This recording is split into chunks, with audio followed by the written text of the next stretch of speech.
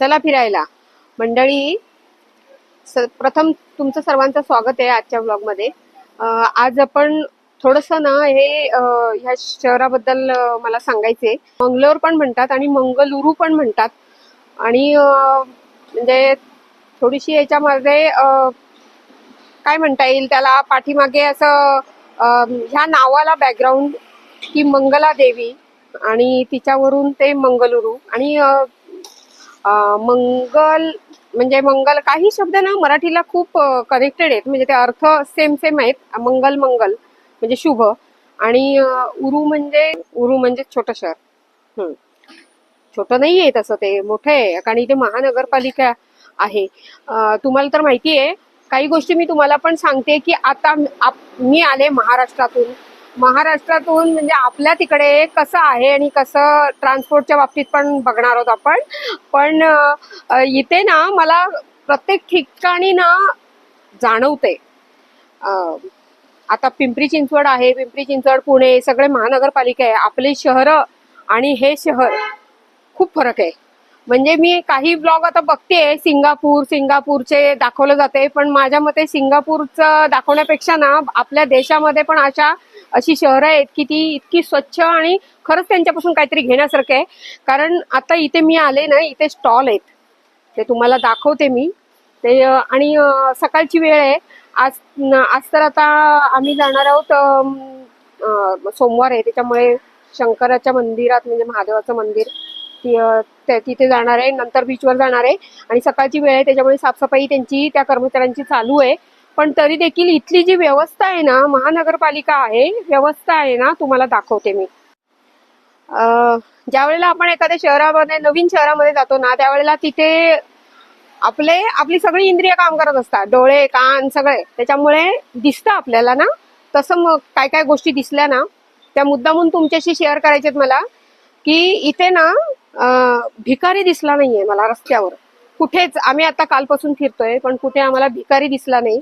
आणि दुसरी महत्वाची गोष्ट, इथे गुटखा खाऊन किंवा अजून काय पिचकाऱ्या मारलेल्या पण मला रस्त्याला कुठलेच कोनाड्यात असे दिसले नाहीत.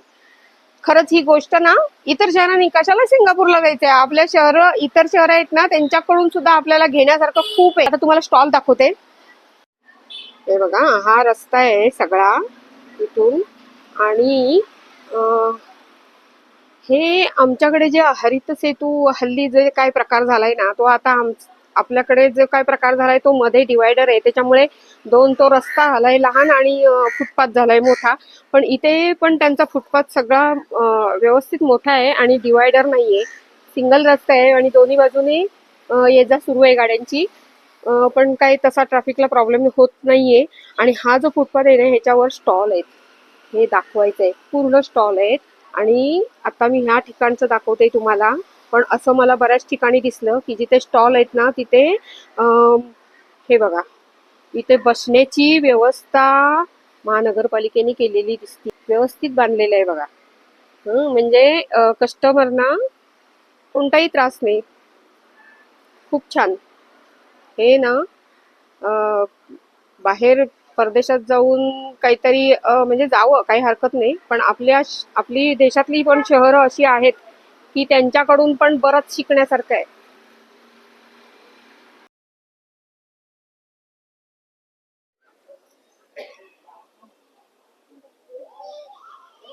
बघा, ही अशी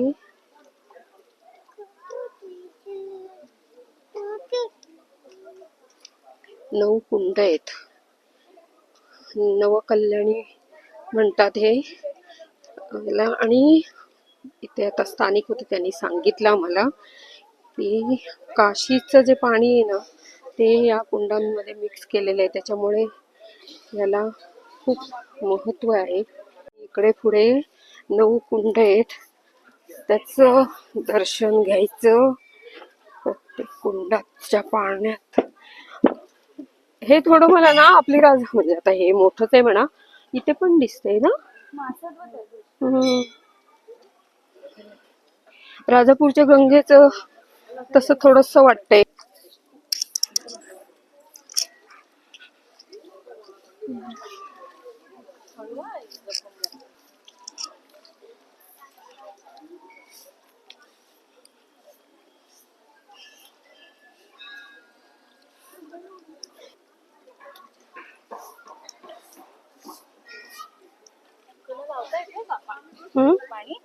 मी केसावर सगळंच आहे.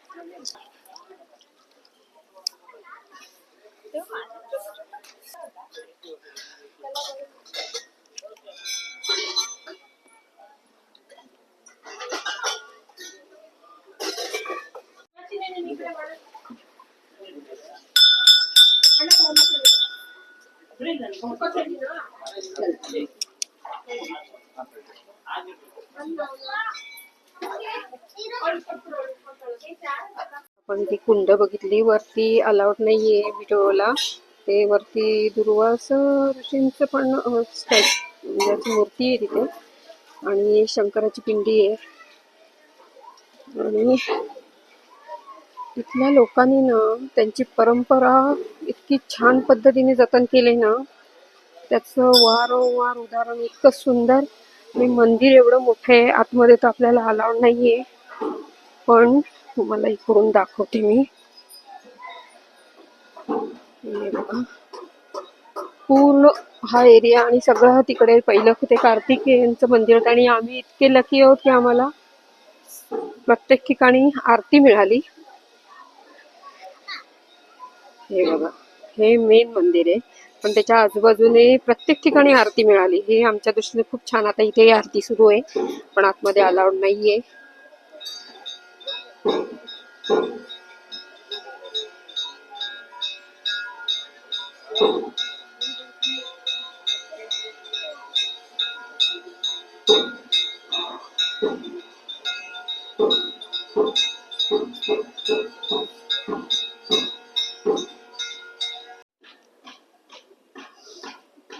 हे बघा, हे खालून पूर्णपणे असं आहे हे मंदिर. खूप सुंदर, खूपच छान.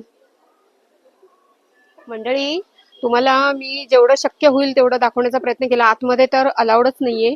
पहिलं इथे एंट्री केल्यानंतर अय्यप्पा मंदिरच्या नंतर गणपतीचं मंदिर, वरती ती नवकुंड नवकल्याणी, त्याच्यानंतर तिथे पण गंगेचं, ते आम्हाला काही माहित नव्हतं. ते इथले आम्हाला एक खूप छान मिळाल्या ताई, त्यांनी थोडंफार माहिती सांगितली. आणि ऍक्च्युली काहींचं गाव आहे, त्या ताईंचं खरं गाव आहे हे. आणि त्या पण बरेच वर्षांनी आल्या होत्या, त्या बेंगलोरला राहतात, त्यांनाही काही माहित नव्हतं. आमच्यामुळे त्यांनीही विचारलं की काय आहे ते, पण आम्ही जाणून घेण्याचा प्रयत्न केला जिथे जिथे आम्हाला वाटलं की हे आपल्याला माहित असणं आवश्यक आहे. दुर्वास ऋषींची मला वाटतं वरती मूर्ती आहे. थोडं तिथे सुंदरनाथ वगैरे सांगितलं, पण ती दुर्वास ऋषींची आहे. त्याच्यानंतर खूप छान सिस्टीम, म्हणजे गर्दी असली तरी सगळ्यांना दर्शन झालं. आणि त्यांनी त्यांचे ट्रस्टीचे जे मंदिराचे जे नियम आहेत ते सुद्धा ते बरोबर व्यवस्थित फॉलो करत होते. कारण ज्या वेळेला आतमध्ये काही विधी चालू होते त्यावेळेला व्यवस्थित त्यांनी बाजूला केलं, सगळ्यांना परत आतमध्ये सोडलं. सिस्टीम खूप आवडली मला ही. आणि गर्दी असून सुद्धा त्यांनी सगळ्यांना दर्शन मिळालं, कोणी नाराज नाही, ढकलाढकली नाही. या गोष्टी खरंच आपण शिकण्यासारख्या आहेत. मेन म्हणजे याच्यापूर्वी मी व्हिडिओ केलाय सप्तशृंगी, अतिशय म्हणजे त्याचा खाली येऊन मी सगळं सांगितलं होतं की किती वाईट अनुभव आला. त्या ट्रस्टींनी ना खरंच इथे यावं, ही मंदिरांना भेटी द्याव्यात, आणि ह्यांचं नियोजन कसं आहे ना ह्याचा थोडासा अभ्यास करावा. आणि आमचं आज एवढं लक चांगलं होतं ना की प्रत्येक मंदिरात, म्हणजे अय्यप्पा मंदिर असेल, गणपती, प्रत्येक मंदिरात आम्हाला आरती मिळाली.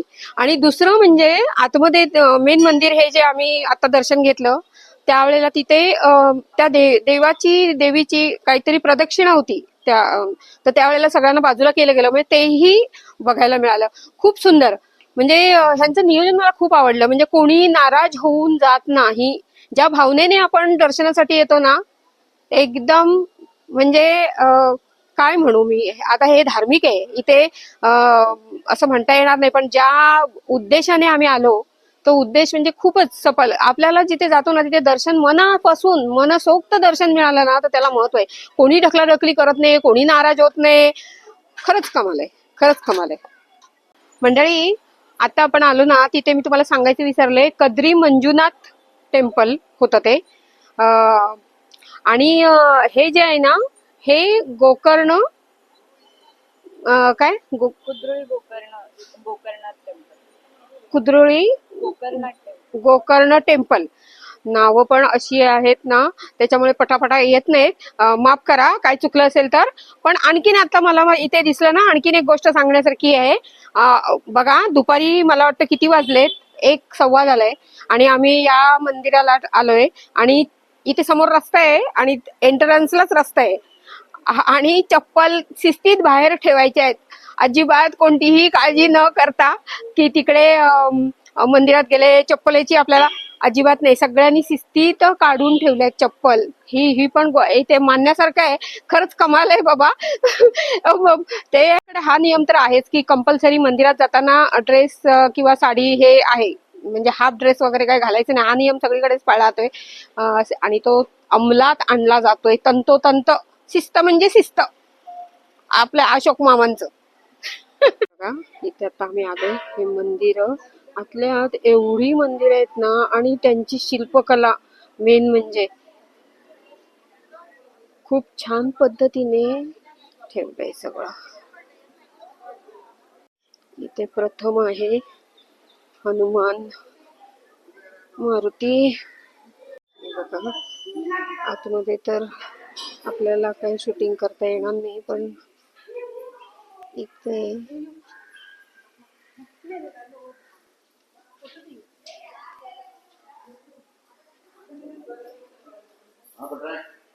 खांबावर सुद्धा मूर्ती आहेत.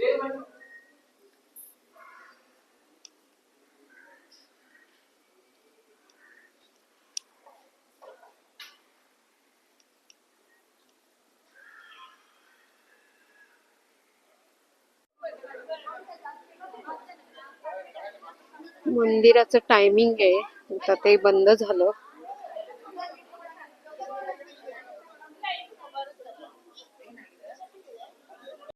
खूपच चारी बाजूने खूप मोठं आहे.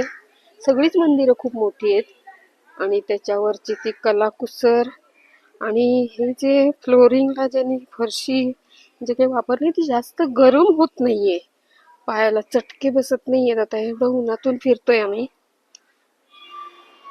आता आम्ही मंगला देवी या मंदिरात आलोय आणि हा जो स्तंभ आहे ना त्याला ध्वजस्तंभ इथे सगळ्या मंदिरांमध्ये आहे. आणि आता आम्ही मुद्दामून विचारलं की बाबा हा स्तंभ काय आहे, तर त्यांचा जो फेस्टिवल असतो ना त्यावेळेला त्याचा वरती बाहेर फ्लॅग आहे तो बदलला म्हणजे लावला जातो आणि 8 दिवस ठेवला जातो आणि 8 दिवसांनी ते उतरवला जातो. पण हा ध्वजस्तंभ आहे आणि प्रत्येक मंदिरामध्ये आम्हाला तो दिसला.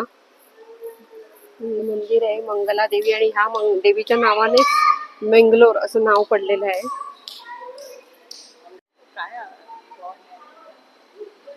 इथे देवी आहे, मी झूम करण्याचा प्रयत्न करते. मंगला देवी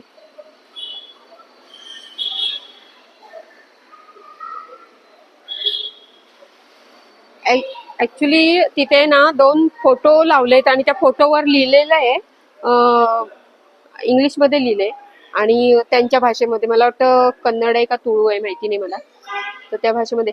पण तिथे परशुरामाचं चित्र आहे आणि एक मूर्ती आहे. तर ती परशुराम तर सगळ्यांना माहिती आहे की त्याने भूमी निर्माण केली समुद्र बाजूला, म्हणजे समुद्र बाजूला हे करून त्याने ती भूमीची निर्माण केली आणि ती कोकण भूमी आहे. बेंगलोर सर सुद्धा कोकण भूमीमध्येच पडतं. आणि ती मूर्ती आहे ना मंगला देवी, ही ती मूर्ती तिथे प्रकट झाली. ही मूर्ती स्वयंभू आहे आणि ती प्रकट झाली आणि त्याच्यानंतर त्याने तिची पूजा केली. पण त्याच्यानंतर तुळू राजा त्याने मच्छिंद्रनाथ आणि गोरक्षनाथांच्या काय म्हणतात त्यांनी आशीर्वाद घेऊन त्या मंगला देवीची प्रतिष्ठापना ह्या मंदिरामध्ये केलेली आहे. आणि अशा पद्धतीने आहे. पण हे पण मला इथे जाणवलंय ते मी तुम्हाला सांगते. आता बऱ्यापैकी मी सुद्धा कोकणातलीच आहे, त्याच्यामुळे इथे आम्ही जेव्हा आलो ना तेव्हा आम्हाला म्हणजे कोकणात फिरतोय असंच वाटतंय. म्हणजे बऱ्यापैकी मॅच आहे.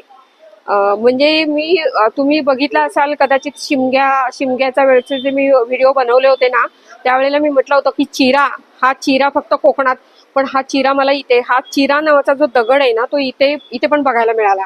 सेम, म्हणजे बऱ्याच गोष्टी सेम आहेत, फक्त भाषा वेगळी आहे, बाकी सेम आहे. काही फरक नाही, राहणीमान सगळं सेम आणि छान आहे. हे शहर ना शांत आहे, खूपच सुंदर आहे. म्हणजे असं गडबड गोंधळ नाही. मगाशी पण आपण एका मंदिरात गेलो होतो ना, तिथलं पण मी सांगेन. ऍक्च्युली तिथे रांग होती, प्रदक्षिणा तो काहीतरी विधी होता, तो तो चालू होता. जसं आपल्या महालक्ष्मी मंदिरात पण होतो आणि गाणगापूरला पण होतो.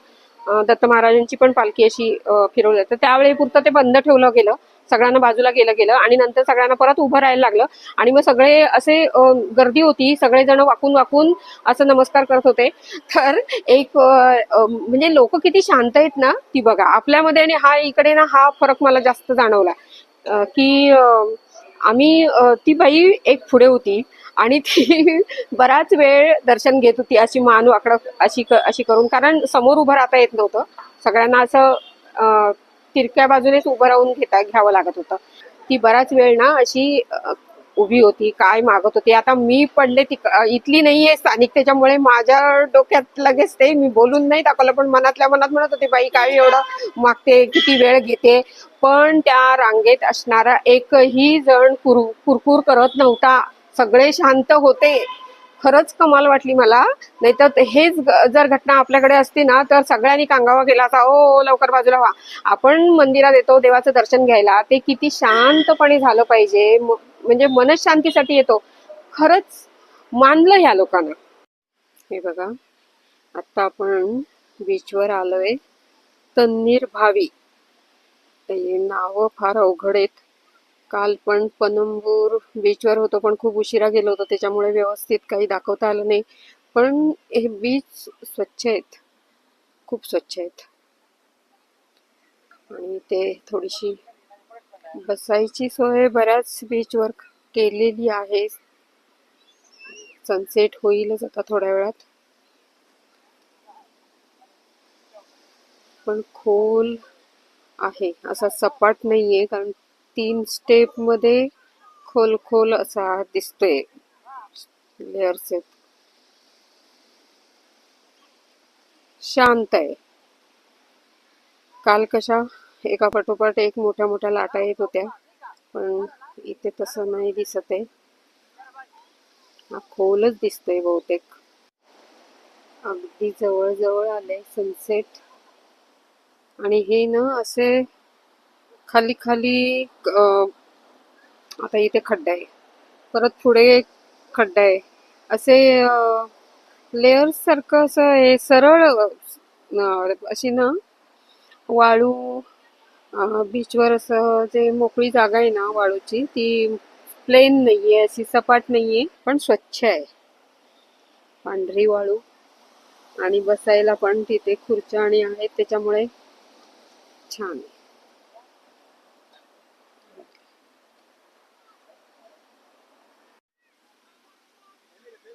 सुंदर.